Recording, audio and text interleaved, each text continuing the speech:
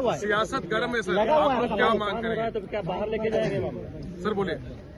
एक बात तो हमें और आपको ये समझनी चाहिए, मैं पिछले कई वर्षों से और खासकर उत्तर प्रदेश में देख रहा हूं, भारतीय जनता पार्टी का एक बहुत सोचा समझा मॉडल है कि वो पहले अनकॉन्स्टिट्यूशनल काम करते हैं, गैर कानूनी काम करते हैं, और अगर आप उसमें विरोध करने आते हैं तो प्रशासन से, शासन से आपके खिलाफ कार्रवाई करते हैं। जिस तरह का भाव राज्यसभा में था वो बाबा साहब भीमराव अम्बेडकर जी का अपमान है। न केवल हम समाजवादियों के बल्कि पूरे देश के शोषित, वंचित, पीड़ित, अपमानित लोग और जो समाज में सबसे पीछे छूट गए थे उनके लिए आज भी वो पूजनीय हैं। आप किसी भी गांव में चले जाएं पूरे देश में, आज भी बाबा साहब को पूजने का काम गांव के लोग करते हैं। गरीब, हर समाज के लोग उनको भगवान की दृष्टि से देखते हैं। तो इस तरह की भाषा का इस्तेमाल करना न केवल निंदनीय है बल्कि शब्दों को वापस लें और माफी मांगने की जो विपक्ष की बात है उसको मानना चाहिए सरकार को। सर राहुल, और सच्चाई तो ये है कि जो व्यक्ति माफी मांग लेता है वो बड़ा होता है। माफी मांगने वाला व्यक्ति हमेशा बड़ा होता है। ये जो कलयुग आया हुआ है, हालांकि वो मैं नहीं कह सकता हूं कहां से शुरुआत हुई थी, लेकिन भगवान श्री राम ने के अलावा जो हमारे भगवान हैं, भगवान श्री कृष्ण ने जब अपने प्राण छोड़े तब कलयुग शुरू हुआ। आखिरी शब्द भी यही थे जब उनको तीर लगा कि डेस्टिनी थी, ये माफ कहना चाहिए, भूल जाना चाहिए इस चीज को।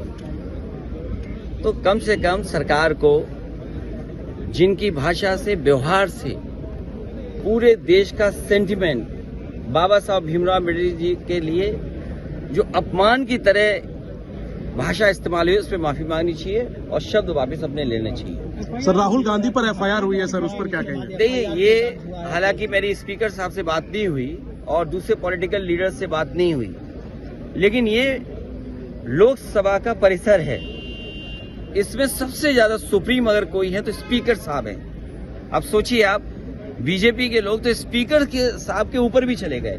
हालांकि मेरी किसी पॉलिटिकल पार्टी से बात नहीं हुई, लेकिन ये जो परिसर है वो लोकसभा का है, तो स्पीकर साहब के पास हम बैठ करके बहुत सारी चीजों को सुलझा सकते थे। लेकिन मैंने जो बात शुरू में कही, भारतीय जनता पार्टी के पास तरीके हैं, उनके पास मॉडल हैं, अंडरग्राउंड पॉलिटिकल उनके पास राय मशवरा आता है।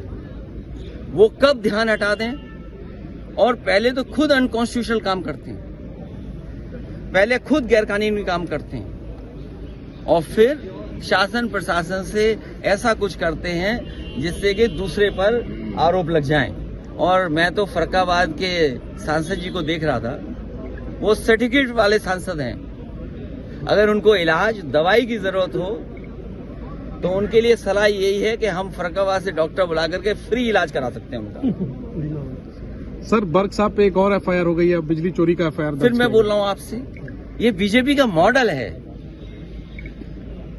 किसी के घर में छापा मार करके इस तरह का काम करते हैं। पूरे उत्तर प्रदेश में सबसे ज्यादा बिजली को लेकर के गरीबों को परेशान किया जा रहा है। बिजली को लेकर के एफआईआर दर्ज है। आज ऑन रिकॉर्ड मैं कह रहा हूं ये बात, आप निकलवाइए रिकॉर्ड।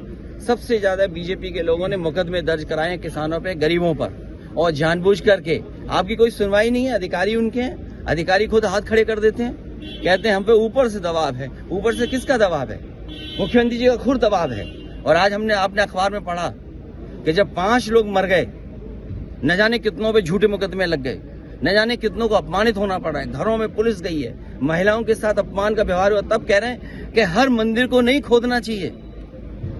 तो अगर किसी व्यक्ति ने, इतने महत्वपूर्ण व्यक्ति ने अगर ये स्टेटमेंट दिया है तो उनकी जिम्मेदारी बनती है उनके दल के लोगों की कि सभी संभल वाले उत्तर प्रदेश के लोगों पर जिन पे झूठे मुकदमे लगे हैं उनके मुकदमे वापस हों।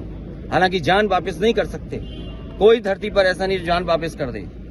लेकिन कम से कम उन परिवारों की सरकारी मदद करे जिस तरीके से मुआवजा वो और दूसरे लोगों को देते हैं।